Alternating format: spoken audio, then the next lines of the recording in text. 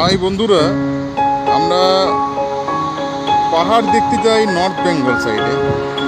আর এখন রয়েছি আমি পশ্চিম বর্ধমানের হরিপুর পাণ্ডবেশ্বর রোডে। সেই রোডের উপরে আমরাই আমাদের ইসিএল কর্তৃপক্ষ থেকে এইরকম পাহাড় তৈরি করতে হয়। এটা তৈরি করতে হয় একটার কারণে, যে মাটির নিচে যে সমস্ত কয়লাগুলো রয়েছে সেই কয়লাগুলোকে উপরে ওঠানোর জন্য সেই মাটিগুলোকে উঠিয়ে উঠিয়ে একটা জায়গায় জমা করা হয় এবং সেটির থেকে এরকম একটা পাহাড় তৈরি হয়েছে। আর এই সামনে যে রেলটা যাচ্ছে, এটা একটা মালগাড়ি।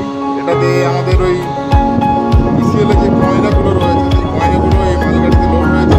গাছের আড়ালে বাকি গাড়িটার অনেকটা অংশ রয়েছে, সেটা দেখতে পাওয়া যাচ্ছে না। আমি শুধু ইঞ্জিনটুকু দেখতে পাচ্ছি, তাই এটারই ছবিটা আমি তুলে ধরছি সবার সামনে। এই দেখতে পাচ্ছেন পাহাড়, আর পাহাড়ের উপরে ওই যে একটা ঘরও রয়েছে, সেখানে অনেক লোকজন থাকে।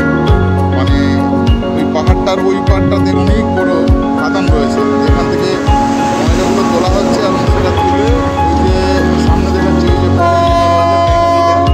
ট্যাঙ্কিটা, এমনি জলের কোনো ট্যাঙ্ক নয়, ওটা দেখতে ট্যাঙ্কির মতো, বাট ওটার নিচ দিয়ে এই মালগাড়িগুলো যায় এবং ওইখানে সমস্ত কিছু ডুবি সিস্টেম আছে। ডুবির মধ্যে দিয়ে সেই কয়লাগুলো লোডিং হয়ে আবার নিচের মধ্যে পড়ছে।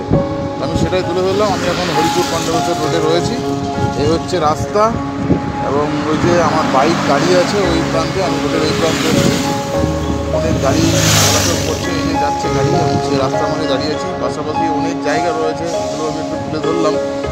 বিভিন্ন জায়গা রয়েছে এবং সেই জায়গার মধ্যে এই যে বাস চলাচল হচ্ছে পাণ্ডবেশ্বর রানিং, আপনারা দেখতে পাচ্ছেন। এটা একদম আসানসোলের সাথে মিশেছে এই রোডটা। আর ওই দিকে যাচ্ছে আপনার, তো অনেক গাড়ি ঘোড়া চলছে। একটু তুলে ধরলাম জায়গাটা, খুব ভালো লাগলো আশা করি সবার। এই জায়গাটা তুলে ধরলাম। অসংখ্য ধন্যবাদ সবাইকে। টাটা।